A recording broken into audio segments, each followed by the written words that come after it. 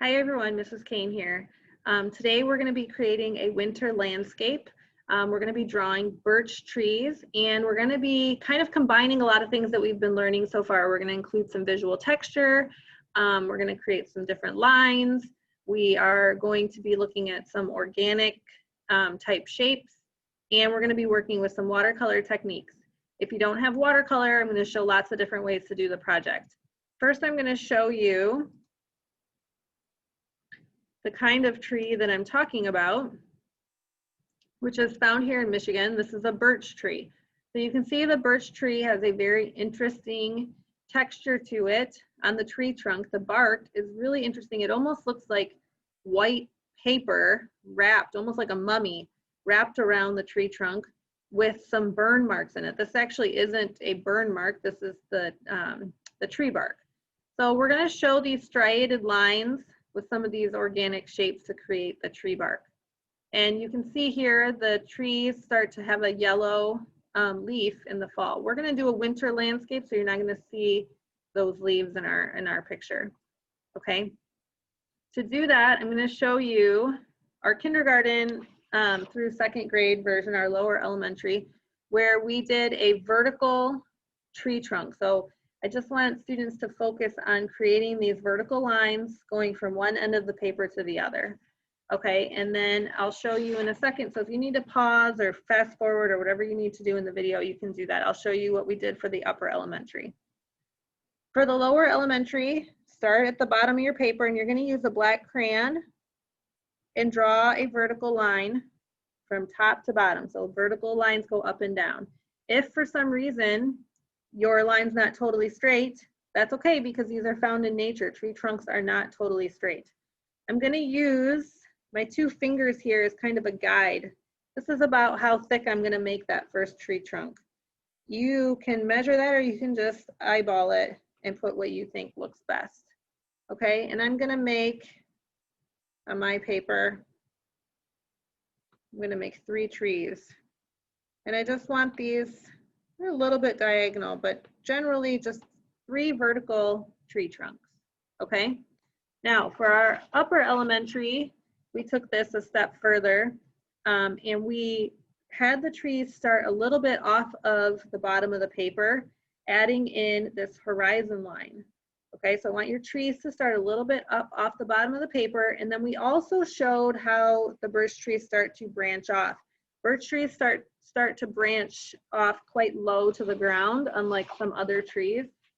So the way that you will create this is you're going to do the same thing. You can use Sharpie or a black crayon, and you're going to start your tree doing the same concept, these vertical lines, but notice I don't have mine all the way at the bottom. Okay, and then I'm going to show a diagonal line coming off the side of the tree, sort of towards the bottom. And then I'm going to make another one to match that. Okay, then I'll show you next to it. I'll do this one with Sharpie so you can see the difference. I'm going to start a little bit lower, but I'm going to do the same thing. I'm going to create another tree right next to this. And I'll make this branch off, starting another tree. Now, tree branch. Now you can go in and add additional branches if you want to. That's up to you. Or you can just leave it with just a couple. Okay. The next thing, what our upper elementary you need to add is a horizon line. Okay, so you're going to add a line and making mine a little bit of a hill. Okay, and that's showing where the ground and the sky meet. So all of this will be painted as sky, and all of this will be painted as ground. Okay, now on either version, the way that you're going to add in that texture, that visual texture for the tree bark, is you're going to take a crayon and you're going to put little groupings of horizontal lines. So these are lines that are going left to right across the paper, and you're just stopping them short of going all the way across the tree trunk. And notice I started some on this side and then on this side, and I'm going to switch back. And they don't have to be every other one. You could add a few together here. Okay. And so you're just going to go through and add that texture. If you want to go in and add some of those organic shapes, you can color in, just adding in a few of these sort of thicker black areas that look like those burn marks.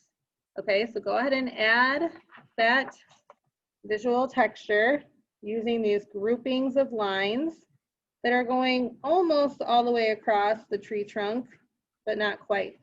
Now, for the upper elementary, if you want to go in and you don't want to see this quite so, chunked together in these groupings, you can go in and just add some random individual lines to break that up a little bit, okay? The same technique can be done with the Sharpie. I sort of have my Sharpie on its side a little bit, and I'm just gonna add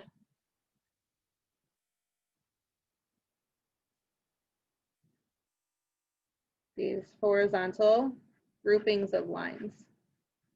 And again, you can do the same thing. If you have some areas that you want to show some little thicker black kind of organic shapes, you can do that. All right, so I'm going to go quick so that I can keep the video a little shorter, but you pause the video as needed to continue adding in your marks before you're ready for the next step. Okay? All right, so now we have that visual texture added onto our tree. Same thing with our lower elementary version. Okay, from there on out, it was basically the same for this project. We took a white crayon, and the white crayon, when coloring really solid, really hard, pressing down really hard, is going to resist the watercolor. Okay, so you need to decide if you're going to start either at the top or the bottom and work up. I'm going to start at the bottom. And the reason why I'm saying to select a direction is because with the white crayon, it's very hard to see where you have colored so far. So you want to start in one spot and work your way up. And I'm pressing pretty hard with this white crayon because I really want to get a lot of the wax on there for this to resist that watercolor. Okay, so I'm pressing pretty hard. You can see some of the wax is even sitting on the paper that I'll brush off in a minute. Okay, but I'm pressing pretty hard and I'm just creating little dots, little circles filled in. Okay, you can brush off your paper if you want to. And then the next thing that we did is we painted with our watercolor paints. If you don't have watercolor paints, I'll show you how you can color this with crayon in just a minute, or you could do the same technique with colored pencil. But if you want to grab a watercolor set, they have these at Kroger for like $2. They're in the office supply section. Okay. All right. First, you need to make sure that you have water in all of the colors so that it's nice and saturated.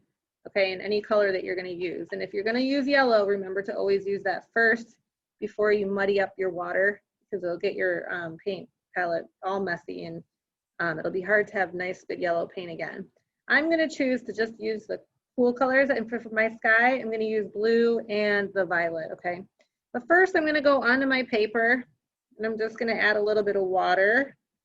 And for you, you may be working with thinner paper than I am. So I want you to be careful that you are not just staying in one spot for a really long time or painting in one spot for a long time, because it'll get a hole in your paper. All right, once I have a little bit of water on the paper, I'm going to get some paint on my brush, and you can see as I move this paint around where it separates from the background, you can see is where I have colored those white crayon circles to create my snowflakes. Okay, so now you're starting to see my snowflakes in here. And sometimes one may have gotten hidden right there. All right, then on your paper, rinse your brush. If you want to mix some colors together, okay, you can go ahead and you can add another color. So I'm adding a little bit of violet into here, and you can see with that water, it's just blending it together. Okay, so if you want to add a second color, you can do that. All right, now while our paper is really nice and saturated like this, we used a little bit of salt. So our upper elementary used just regular table salt that you have at home. And we sprinkled it. So you don't want to just take a chunk and drop it down, okay? You want to kind of rub it between your fingers so that you're sprinkling it on to the paper.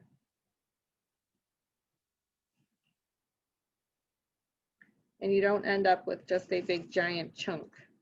Okay, and I think I did have a white circle there. You can always kind of go in and you see one starting to emerge. You can kind of dab some of the paint off. Okay, once the salt is on there, you want to leave it. Don't touch it, don't brush it around with your paintbrush, just leave it to dry exactly like that until your picture is 100% dry. Once it's dry, it will create this sort of texture because it's absorbing the pigment from the watercolor. So you can see this texture that's been created will give it that really wintry, snowy feel. Okay, so that's one way that you can paint this. Another way is some students do not have watercolor at home, but they do have like a tempera or an acrylic paint. If you take a dab of that paint, so just a small amount, and you mix it with water, so you really want to get it pretty watered down, okay, you can paint that onto your paper and it will work just like the watercolor.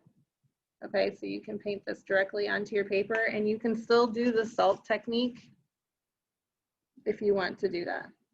Okay, so those are two different painting options.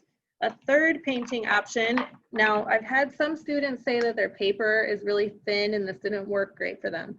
So you can try it on a scrap paper, but if I sort of scribble on here with my Crayola marker, and then I get my paintbrush. If you don't have a paintbrush, you could use a Q-tip, okay, and some water, and I add water to this, you can see that this is now turning into a watercolor paint, and so I can paint that, and again, do the same technique, add that salt onto there, okay? And once the salt's on, don't touch it, just completely leave it and let it dry. All right, for those of you that are not working with paint, and you want to color yours using crayon, this one was created using crayon. So what I want you to try and experiment with is doing some layering of colors. So if I were going to create this into a sunset picture, okay, I would take my crayon and I would start at the bottom creating a darker value. Okay, and I'm pressing a little harder to do that. And as I work my way upwards, I'm gonna start to press a little bit lighter and a little bit lighter, kind of creating a fade, fading this away ever so lightly as I work up. Okay, then you can take your second color that you're choosing. So I can take yellow and I can color some yellow, but notice I'm going to start coloring some of the yellow directly on top of that orange, layering those two colors, okay? And then I'm going to color up a little bit with the yellow, layering these colors a little bit down here. And if you needed to go back in with a little more orange and go over this again, kind of blend this a little more smoothly, you can do that. And then you can fade into another color. So I can start to color over this now with a little bit of the pink.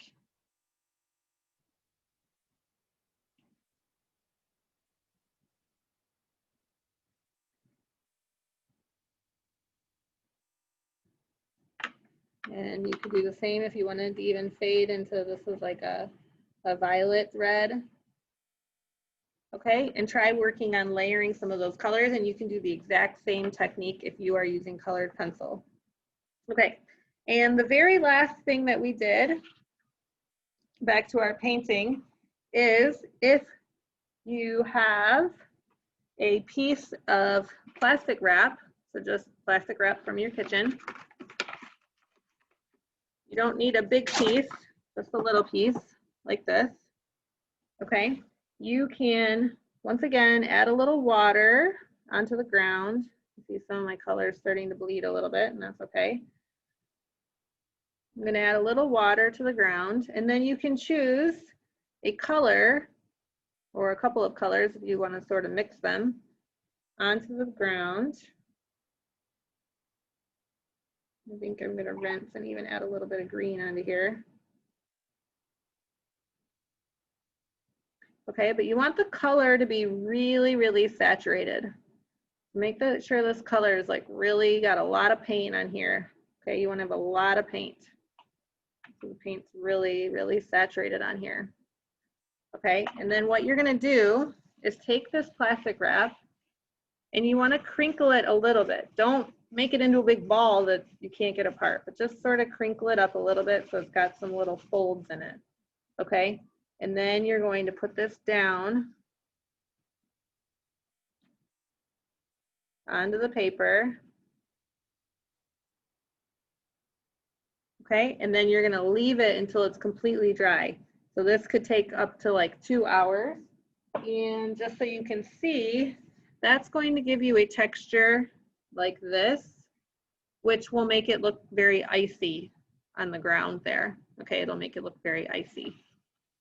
So I hope that you enjoy making your colorful birch trees. Here's an example of the lower elementary, and here's an example of our upper elementary project.